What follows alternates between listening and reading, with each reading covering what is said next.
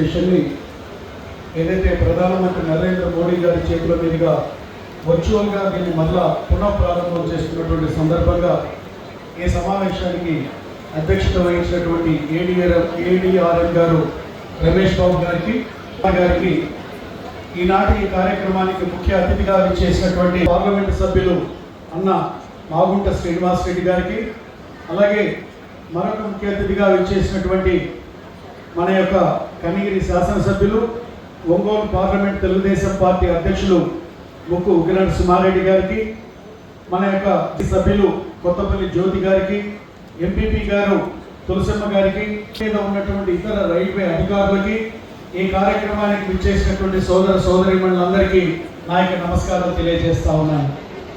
మన కళ్ళ ముందు ఇది ఎక్కడో గుంటూరులోనో లేకపోతే సికింద్రాబాద్లోనో ఉన్నటువంటి రైల్వే స్టేషన్ లాగా ఈ రైల్వే స్టేషన్ ఆధునీకరించారు మన యొక్క ప్రధానమంత్రి నరేంద్ర మోడీ గారి సారథ్యంలోని ఎన్డీఏ కూటమి ప్రభుత్వం. ఈ యొక్క ఆధునీకరించేదానికి కారకులు మన యొక్క గౌరవ పార్లమెంట్ సభ్యులు పెద్దలు అన్న మాగుంట శ్రీనివాసరెడ్డి గారు. వారి యొక్క చొరవతో ఈ యొక్క రైల్వే స్టేషన్ కూడా పెద్ద ఎత్తున ఆధునీకరించారు. ఏ సౌకర్యాలు ఇక్కడ కల్పించబడ్డాయో మన ఏడీఆర్ఎం గారు రమేష్ కుమార్ గారు స్పష్టంగా వారు చెప్పారు. లిఫ్ట్లు కానీ ఇతర సౌకర్యాలను ఏమేమి కల్పించారో చెప్పారు. అయితే మనము ఈ యొక్క రైల్వే స్టేషన్ అనేటువంటిది ఆధునీకరించడం ద్వారా రైల్వేని మనం పూర్తి స్థాయిలో ఉపయోగించుకునే దానికి కేంద్ర ప్రభుత్వం ప్రధానమంత్రి గారు ఇటువంటి సౌకర్యాలన్నీ కూడా దేశవ్యాప్తంగా దాదాపు 200 రైల్వే స్టేషన్లు ఆధునీకరించడం, వాటన్నిటిని కూడా పెద్ద ఎత్తున మౌలిక వసతులు కల్పించి తద్వారా ప్రయాణికులకు వారికి కంఫర్టబుల్గా వారు ప్రయాణించేదానికి ఈ సౌకర్యాలను ఏర్పాటు చేశారు. అయితే నేను ఇక్కడ గౌరవం మన ఎంపీ గారికి కానివ్వండి, ఏడీఆర్ఎం గారి దృష్టికి నేను కొన్ని మన యొక్క నియోజకవర్గంలో ఖమ్మం కానివ్వండి, లేకపోతే గిద్దలూరు రైల్వే స్టేషన్లో కల్పించవలసినటువంటి సౌకర్యాలు కానివ్వండి, లేదా ఏదైతే మనకి ఇక్కడి నుంచి ట్రైన్స్ వెళ్తా ఉన్నాయో కొన్ని ట్రైన్స్ మన దగ్గర ఆపవలసిన వాటి గురించి కానివ్వండి, లేదా కొన్ని ట్రైన్స్ ని ఎక్స్టెండ్ చేయాల్సినటువంటి వాటిని కూడా నేను ఇక్కడ వారి దృష్టికి తీసుకొని వస్తున్నాను. ఇది మా నియోజకవర్గ ప్రజల తరఫున నేను మీకు ఈ యొక్క సమస్యలను విన్నవించుకుంటున్నాను సార్. మీకు నేను గరీబ్ రథ్ ఎక్స్ప్రెస్ అనేటువంటిది ఇక్కడ ఉంది సార్, మాకు వెళ్తా ఉంది. కనీసం మాకు గిద్దలూరులో దాన్ని హాల్ట్ మనకి గిద్దలూరు రైల్వే స్టేషన్ లో మాకు అక్కడ ఆగేలాగా ఏర్పాటు చేయాలని చెప్పి ఈ సందర్భంగా కోరుతా ఉన్నాను నేను. అదేవిధంగా రేణిగుంట నుంచి నంద్యాల వరకు ఒక ట్రైన్ వస్తూ ఉంది. ఆ ట్రైన్ ని మాకు గిద్దలూరు వరకు ఎక్స్టెండ్ చేయవలసిందిగా మిమ్మల్ని కోరడం జరుగుతూ ఉంది. ఇదే కాకుండా తెనాలి మార్కాపురం ట్రైన్ ని, తెనాలి నుంచి మార్కాపురం వచ్చేటువంటి ట్రైన్ ని ఖమ్మం గిద్దలూరు అంటే గిద్దలూరు వరకు మాకు ఎక్స్టెండ్ చేస్తే ఖమ్మం మీదుగా రావడం జరుగుతుంది. కాబట్టి ఎవ్రీడే ఆ ట్రైన్ వస్తుంది సార్. అది దాన్ని కూడా మాకు ఏర్పాటు చేయవలసిందిగా కోరుతా ఉన్నాం మేము. గిద్దలూరు రైల్వే స్టేషన్ లో ఈ యొక్క కోచ్ పొజిషన్ చెప్పేటువంటి డిస్ప్లే అనేటువంటిది లేదు సార్ అక్కడ. దాన్ని ఏర్పాటు చేసినట్టయితే, ఎందుకంటే ఈ చివరి నుంచి ఆ చివరికి 1 కిలోమీటర్ మాకు లెంత్ లో మాకు ఈ రైల్వే అనేటువంటి ప్లాట్ఫామ్ ఉంది. మాకు కోచ్ పొజిషన్ ఉంటే, నెంబర్ మా డిస్ప్లే ఉంటే ఖచ్చితంగా ఆ కోచ్ దగ్గర పొజిషన్ దగ్గర వాళ్ళు నిలబడగలుగుతారు. కాబట్టి దాన్ని పొందుతున్నాను సార్. ఇదే కాకుండా మాకు ఏదైతే మాకు ఇక్కడ నల్లబండ బజార్ అని ఉంటుంది సార్ అక్కడ గిద్దలూరులో.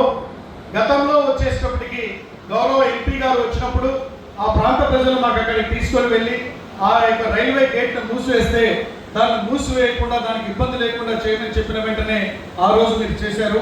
మళ్ళా ఇప్పుడు ఏదో 3 days 4 days కోసం మూస్తున్నామని చెప్పారు.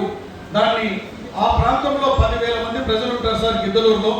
వాళ్ళకి ఇన్కన్వీనియన్స్ కలగకుండా మీరు చేయాలని చెప్పి నేను వారి తరఫున అట్లా ఎంపీ గారికి మీకు నేను విన్నవించుకుంటా ఉన్నాను సార్. నేను అది ఇదే కాకుండా దిగోమెట్రలో గతంలో అక్కడ మాకు నింపుకునేవాళ్ళు sir.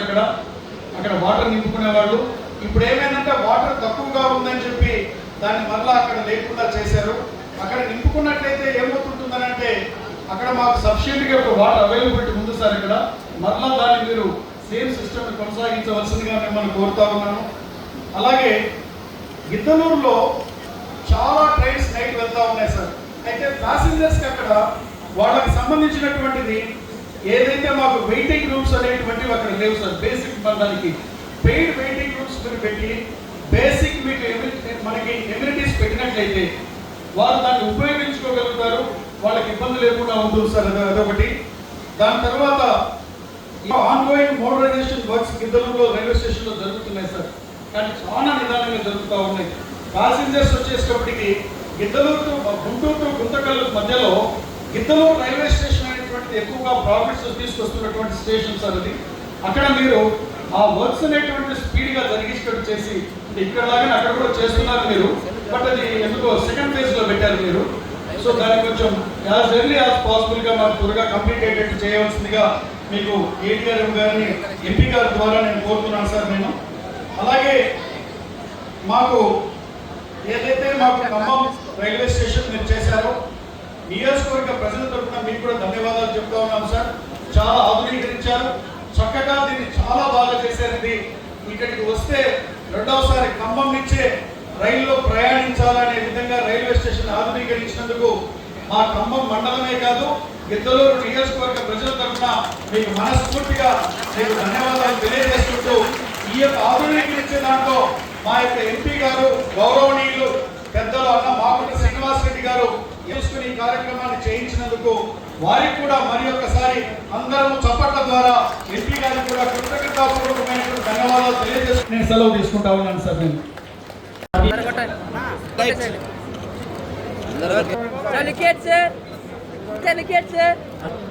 Okay, thank you sir.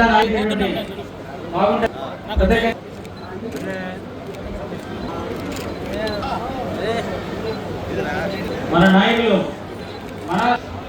నాయకులు మరిన్ని లైక్ చేయండి, షేర్ చేయండి, సబ్స్క్రైబ్ చేయండి. మరిన్ని వీడియోల కోసం బెల్ సింబల్ పై క్లిక్ చేయండి.